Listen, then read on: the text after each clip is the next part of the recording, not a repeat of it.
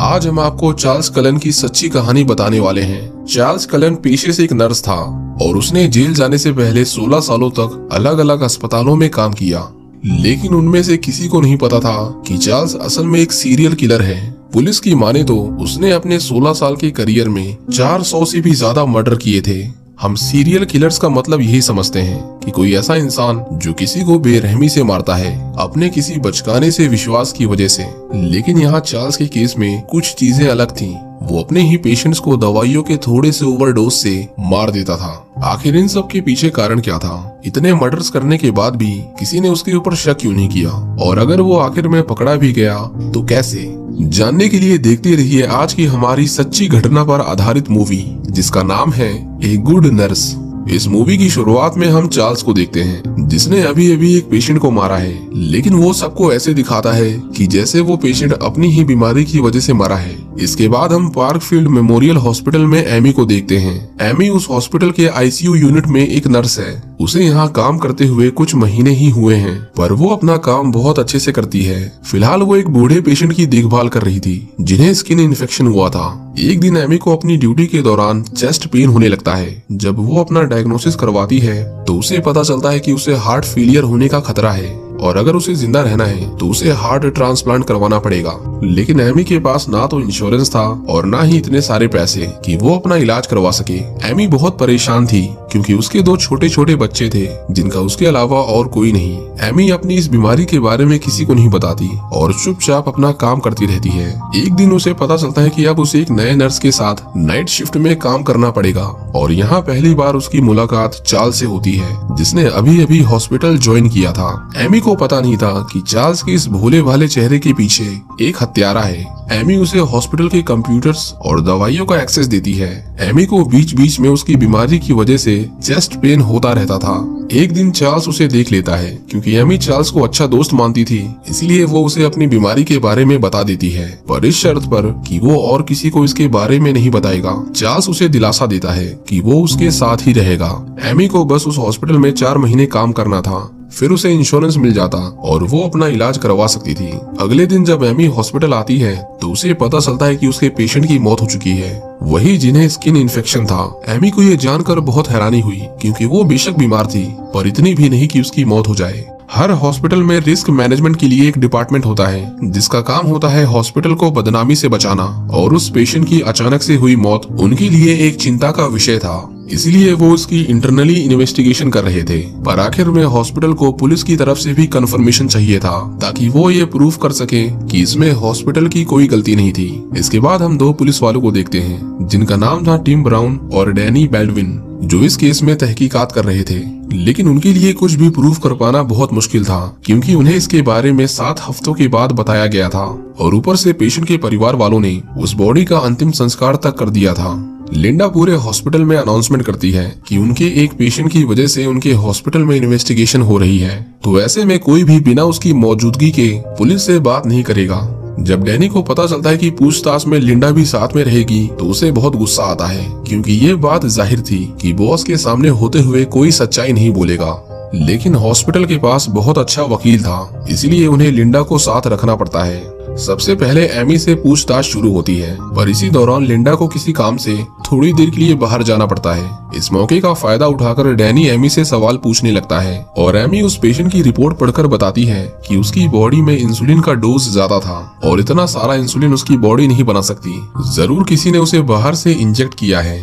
इससे पहले वो और कुछ पूछ पाते, लिंडा वहाँ दोबारा से आ जाती है। अब पुलिस का शक उनके को-वर्कर चार्ल्स पर था, पर एमी उन्हें बताती है कि चार्ल्स बहुत एक्सपीरियंस नर्स है, वो ऐसी गलती कभी नहीं कर सकता। एमी को अपने काम के बीच बीच में चेस्ट पेन होता रहता था, लेकिन चार्ल्स हमेशा उसके साथ होता था और वो उसका ध्यान रखता था। एक दिन वो देखती है कि चार्ल्स कुछ दवाइयाँ निकाल रहा था, पर उस वेंडिंग मशीन में कुछ खराबी थी, जिसकी वजह से बिना एंट्री किए भी उसमें से दवाइयाँ निकाली जा सकती थी।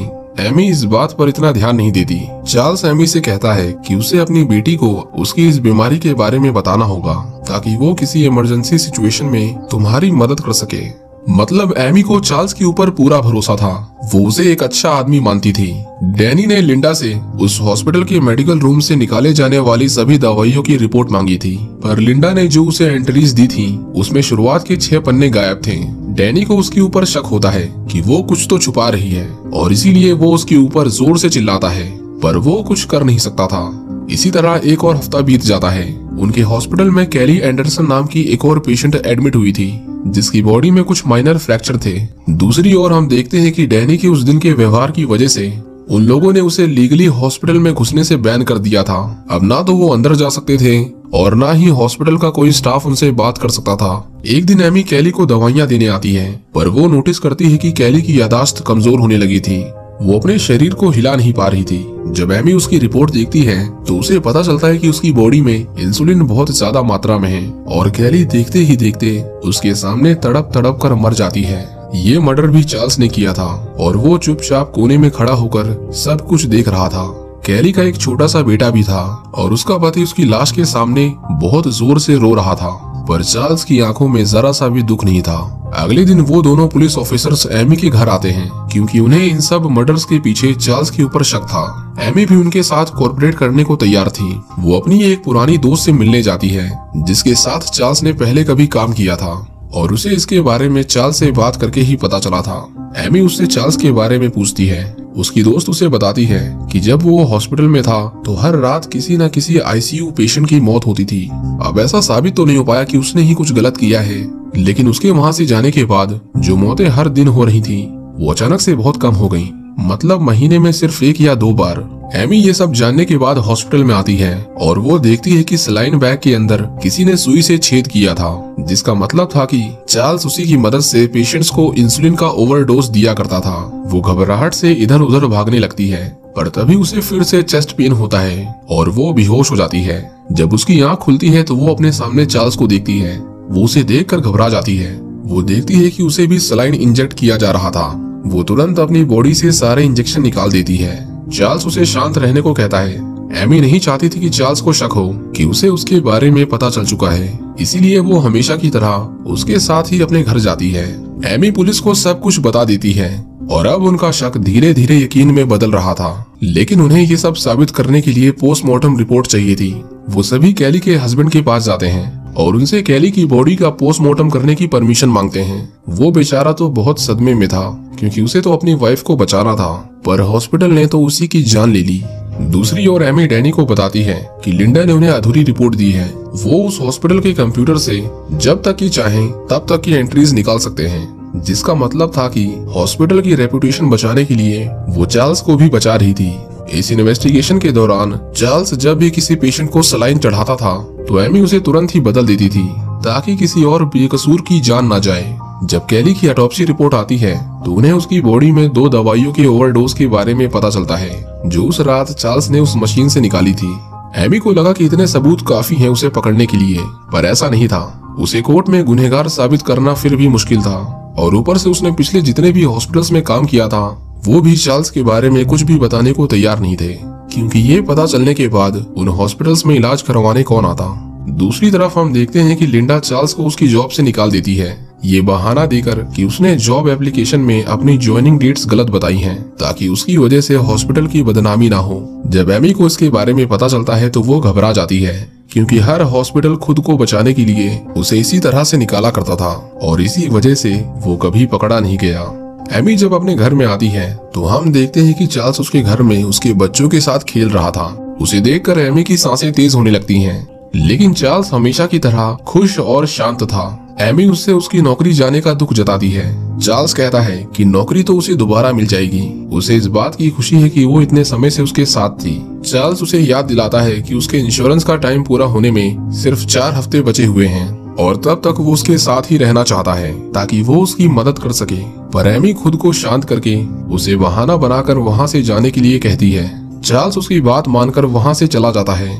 अगले दिन एमी पुलिस के सामने बैठकर चार्ल्स को फोन करती है और उसे लंच पर मिलने के लिए कहती है, क्योंकि उसे किसी भी तरह उसके मुंह से सच्चाई निकलवानी थी।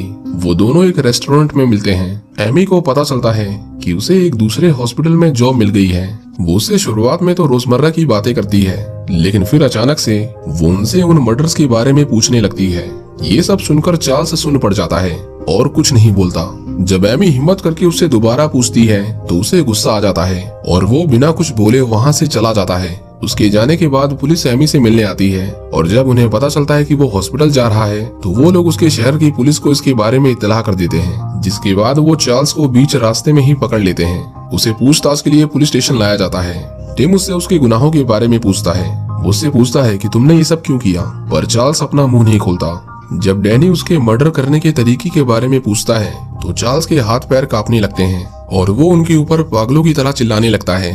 डैनी एमी को बताता है कि वो कुछ नहीं बोल रहा, इसीलिए हम उसे गुनहगार साबित नहीं कर सकते और हमें उसे कल सवेरे रिहा करना पड़ेगा। चार्ल्स एमी का बहुत अच्छा दोस्त था, पर फिर भी उसे उन लोगों की परवाह थी जिनके परिवार को उसकी वजह से अब ना जाने कितना कुछ सहना पड़ेगा।